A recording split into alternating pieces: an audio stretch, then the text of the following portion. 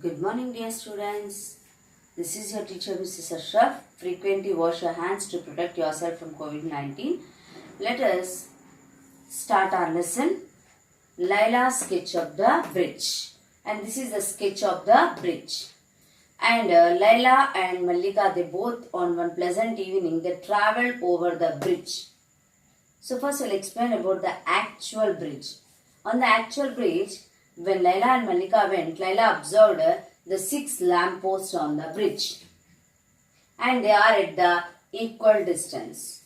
The actual distance between the two poles are 100 meters.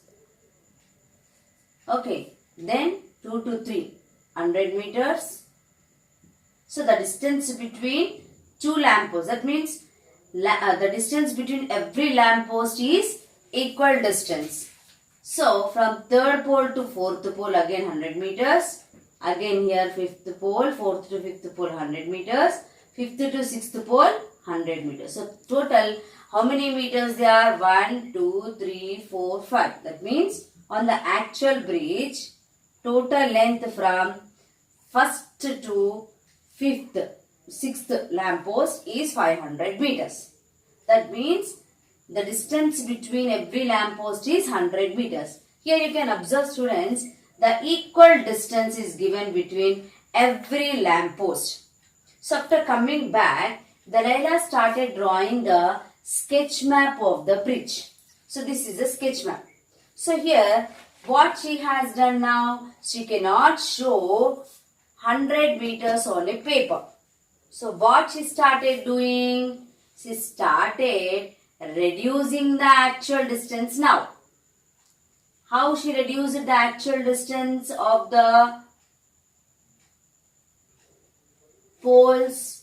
With the help of a scale. So now what she has done? The distance between the actual distance between one lamppost to second lamppost is 100 meters. Now while drawing the sketch map, she has reduced now the distance between one lamppost to the second lamppost. And even while drawing the sketch map, the Layla, she has taken care that the distance between every lamppost will be equal. Like that she maintained. And with the help of the scale, she has reduced. Reducing means, already in the previous class I said, reduced means decreased. So, actual distance between one lamppost to the second lamppost is 100 meters. In the sketch map, the distance between one lamppost to the second lamppost is 1 centimeter she has given. So here also she maintained the equal distance. Again second lamppost to the third lamppost 1 centimeter, third to fourth 1 centimeter, fourth to fifth 1 centimeter, fifth to sixth 1 centimeter. Now you see this is the distance of the sketch map. 1, 2, 3, 4, 5. So 5 centimeters in the sketch map. And actual distance is 500 meters. So with the help of the scale, she reduced from meters to centimeters. In this way, she has drawn the sketch map. But she maintained the equal distance between the lampposts. That means from one lamppost to the sixth lamppost, what is the distance? 5 centimeters. In this way, even we can draw the scale on the map.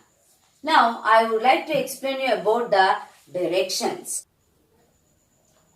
So, this is Mallika taught the directions to Layla. See here, students, just is a simple drawing. Here, 2 children facing towards east, 2 facing towards south. Here 2 facing towards south and here 2 facing towards west. So whenever you open the event map, in the previous class I said your right hand side will be east.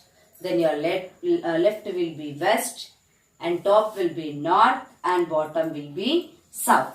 Now here you see these 2 students are facing towards east.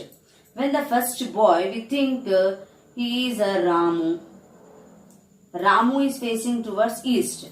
So his back side, his behind will be which direction? His behind will be west direction. That means to the west of Ramu is Raja. This boy is Raja. Let us assume. Let us think that Ramu is Raja. The Ramu is facing towards east.